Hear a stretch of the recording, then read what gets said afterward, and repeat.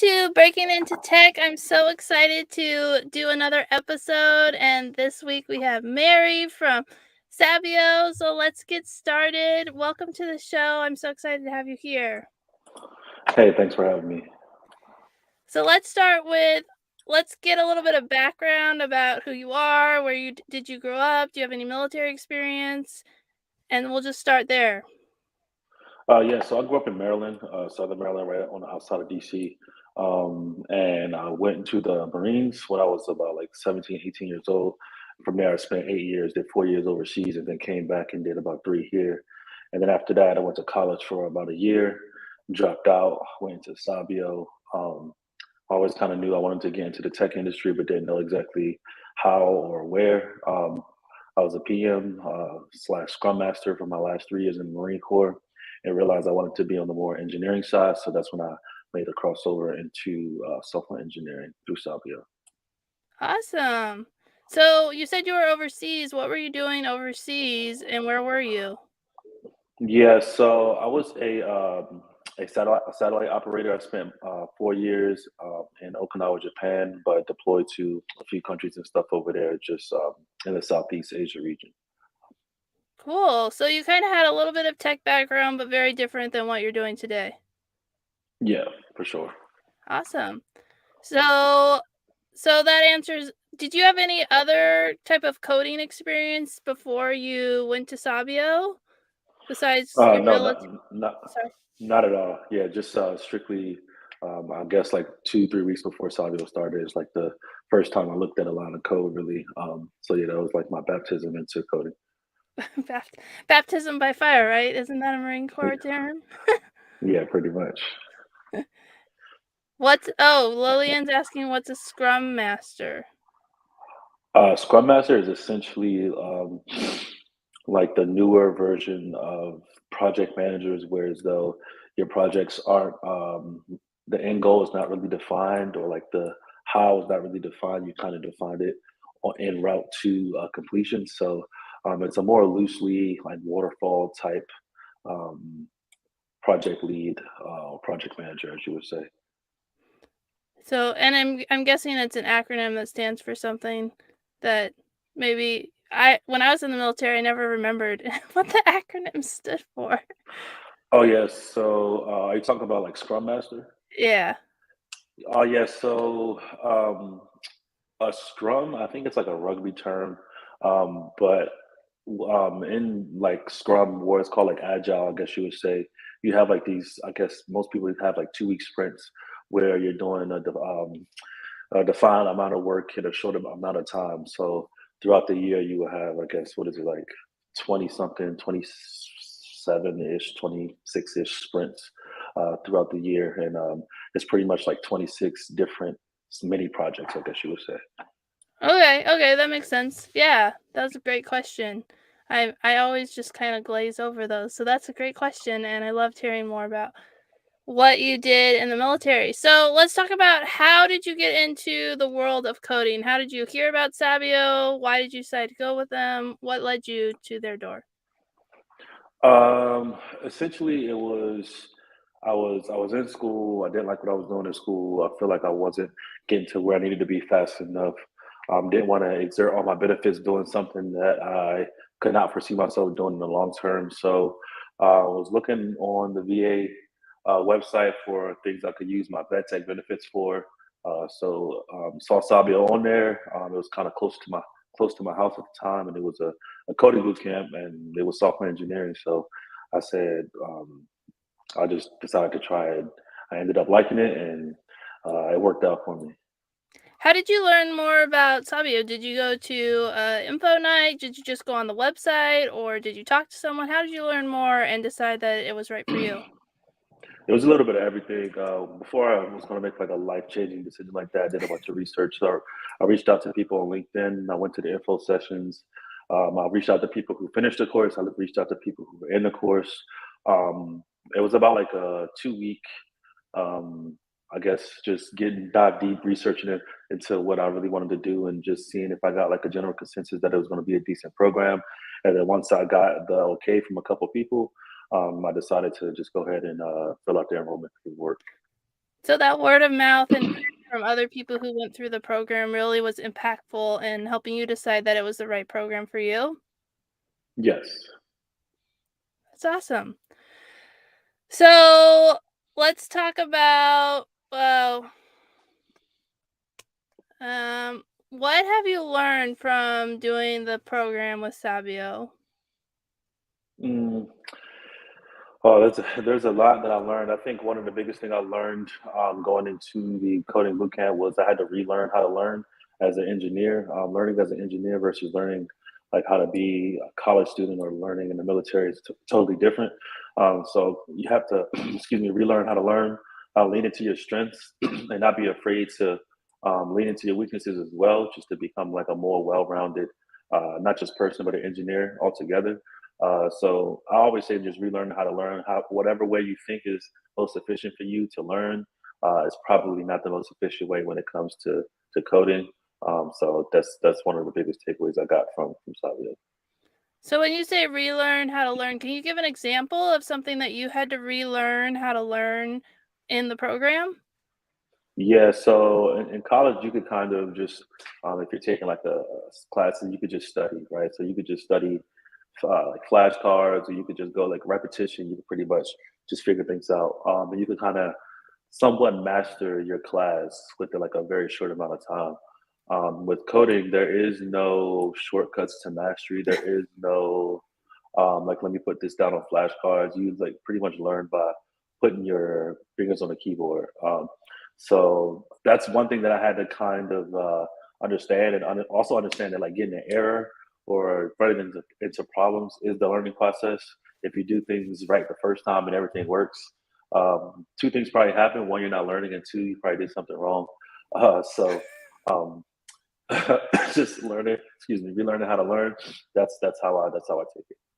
I think that's a great example, and it really does show the difference because it sounds like textbook learning, like you want to do it right the first time. And if you have an error, that's not a good thing. But with coding, when you make errors, that's how you can learn on where their different mistakes are or how you can do things better and how to define the process. So I think I love that definition by sharing your experience. So that's really great. So what kind of projects did you build with your cohort while you were going through the coding boot camp? Uh, Sometimes I forget the one I did in Sabio, but I think it was had something. Sorry, I think it had something to do with. I think that one was these. We were helping citizens of Mexico with like voting or something like that, and we had to build out like a web dev platform, a web dev application for that. So I'm pretty sure that's what the first project was, if I'm not Yeah, mistaken. that's what Clay talked about last week. So it Okay, sounds yeah, were you in his cohort? yeah. Me and Clay were in the same cohort. Yeah. Okay. Yeah, he talked about that last week. So, I'll link to that in the show notes so that people can find that episode and hear more about it because he went pretty in depth into like what you did, and he said that they moved the website when I asked him for the link so we could share it. But Mhm. it sounded really interesting. What did you learn from that cohort and that like the hands-on learning? I think that's one of the themes that's coming out of your experience is that instead of doing like the book work, you do like the hands-on learning. So like what did you learn by doing that hands-on project where you guys were actually making a product?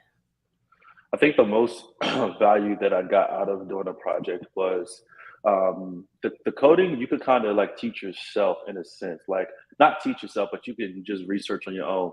I think the most benefit I got from that process was just the day to day of being an engineer, with communicating with your team, collaborating, getting a specific set of tasks and running with it, and sometimes getting an ambiguous set of tasks and having to kind of put parameters and guidelines on yourself to kind of get that task done and break it down into subtasks.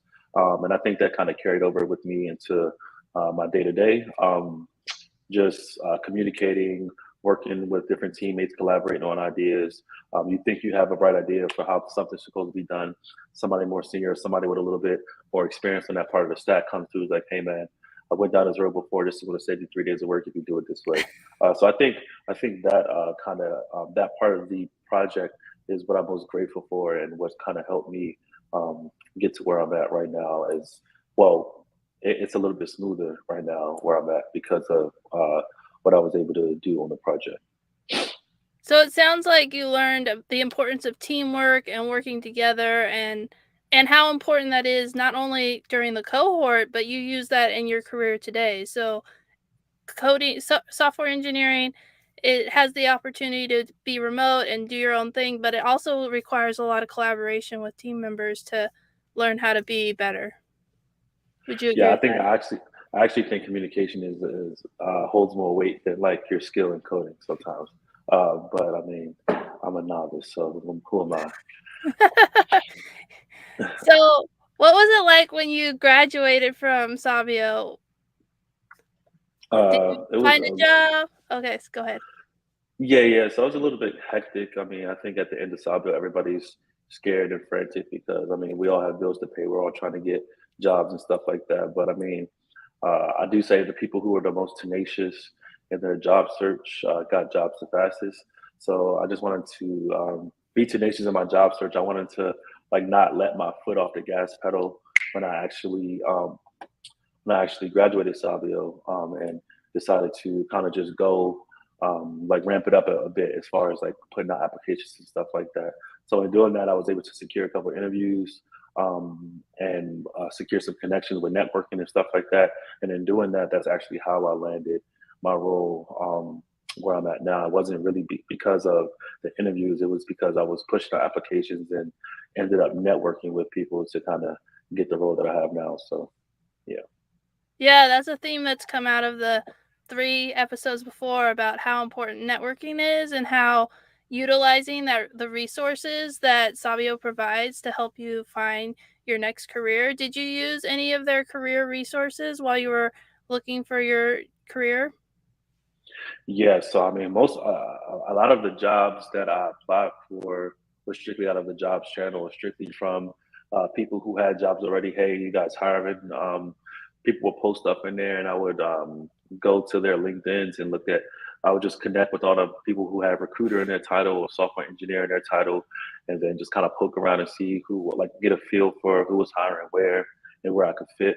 So it was just, I mean, it was like a game of the cat and mouse trying to find things and then once I did that, just sending emails to people's inboxes with my resume and stuff. Um, and that's, I mean, it's just the work that you have to put into to get that first role. So once you get that first role, you should be good. So yeah. Yeah, so not only is the boot camp challenging because it's a boot camp and it's a lot of hard work, but then you're not done when you graduate because you got to put the hard work into networking, putting in applications, updating your resume, and finding the right job. So, and I loved how you mentioned LinkedIn and how powerful that is as a tool to stay connected with people and to meet people and get that push in the right direction. Right. So, did you face any challenges in this process? It sounds like it took a lot of work, but did you face any challenges that were unexpected? Yeah, I bombed quite a few interviews. Within like the first 2 weeks, 2 3 weeks, I had about like I think it was like 12 to 15 different interviews. I bombed like three of them straight up. About eight of them didn't go too well. I did well, like maybe four or five of them, and that wasn't by way of me just not communicating well, not interviewing well. It's just some of the information which is outside of my scope of knowledge, which is it's okay. I wasn't a fit for that team. And some of them I did really well, never got a call back, or some of them I did really well. It's like me and another candidate. Obviously, they took the other candidate. So that's just something like you can't take personally. This is a business. You're asking somebody to pay you money to do something, right? So they want to make sure you're the right person. And you also want to make sure that company is the right company as well, because there's people who take jobs super fast and they end up derailing like their first year or two of their career because they decided to take something um, in a more hasty route. Yeah, Yeah, I think that's really important to talk about because it's not only are you the right fit for the company, but is the company the right fit for you? It's a two-way street, and you have to find somewhere that fits who you are because you don't want to just be getting a paycheck. You want to be happy and thriving and have that great communication between you and the company that you're working for. So that and And I love the not getting personal about your interviews. Like, it's an opportunity to learn and get better. And just because they don't pick you doesn't mean that that you didn't learn something from it, or that, like you said, sometimes you did well and it got down to you and another person, but then they picked the other person. And so it just wasn't the right fit. I think that's a really good attitude to have, especially when you're in that hard work of trying to find a job. Right. So let's talk about the work you're doing today. What are you doing today? Yeah, so currently I'm a full stack developer on a team here at AWS, where we provide like hybrid conferencing solutions to to different teams. We are still like a new team, and I don't know. I don't want to speak about too much about the product if I don't, because I can't. I don't know what I can and can't speak about. Yeah, that makes But sense. I mean, I'm pretty sure you could find the product somewhere. But essentially, I do full stack development for the team. I've done application development so far. I've done a lot of full stack like web dev type deals. Doing a lot of stuff more recently in the cloud. So that's pretty fun. So yeah, that's usually my day to day in my role right now. And did you say AWS, so Amazon Web Services? Yes. Okay. And so I know I talked to Clay about Amazon and the intense interview process. Did you go through a similar type of system, or what was your process to getting into the job that you're in today? I know you said networking had a lot to do with it. Yeah. So I went through after Sabio, I went through another like apprenticeship program, right, where I was taught the Amazonian way of like coding for like 90 days. And then I had an interview with Amazon, which was four interviews, 45 minutes long, all in one day. It was like from like it was like from 10 to 3 or something like that. And every interview was right after another. So it was 45 minutes, and the next person would jump on the call while you're finishing up your interview, and then you'll start all over again. So that day was pretty intense. I was done talking that day. But it was well worth it. I was able to meet my manager that day and talk to him. So that was a cool thing to see. So I love that you said learn to code the Amazon way, or the Amazonian way. And so it sounds like coding has their own unique like nuances for different companies that you work for. So was there anything specific that you could talk about from Amazon that was something that was a little bit different than what you expected when you were going through Sabio? Yeah, so I mean, it goes without saying. I'm not trying to like boast, but like Amazon is like the best tech company in the world, right? But I will say the reason they are that is because they have these leadership principles. They have 14 leadership principles, and those leadership principles are things that every candidate or everybody within Amazon embodies on a day to day. So having those leadership principles, and if you think about those leadership principles while you're coding or while you're doing different things, it actually propels you to that point where you are actually not meeting the bar but raising the bar within Amazon. And as long as you're attempting or trying to raise the bar every day, you're going to find yourself in some good places. So it's not specifically like a way that you type your code out or anything. It's just a more like a method of how you approach your task and stuff like that. So I think that's what separates like people in Amazon and AWS from people at other companies. So Yeah, and I went to a conference and Amazon was there, and that was the first thing they talked about, the 14 leadership principles, and then they went through each one and told us why they were important. And they were like, if you want a job here, you need to remember all these things because these things are important and vital to the core of our company. And so that makes a lot of sense that that's something that they talked about, and that it has an impact on like everything that you do while you work at Amazon because it's so important into who they are and the company that they are. So I think that's really great to talk about. So if you want to work at Amazon, you need to Google those 14 leadership principles so that you can be prepared and know what you need to know.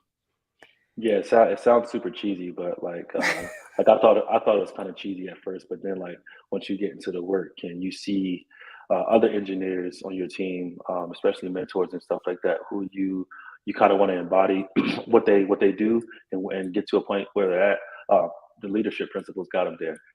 So yeah, it's by design for sure. Yeah, it kinda gives you a pathway to where you wanna go by, stating up front and making sure that's part of who you are so that they hire the right people and so that you have a path to get to where you wanna be, so that's awesome. Right. So, if you could give yourself a time machine and go back and give yourself a tip when you're going into your interviews, what would you tell yourself before you start doing the interviews for your jobs or for your Oh career? man, I will request to go back a little bit further into the interview prep. I think the interview is actually like you secure the interview in the preparation.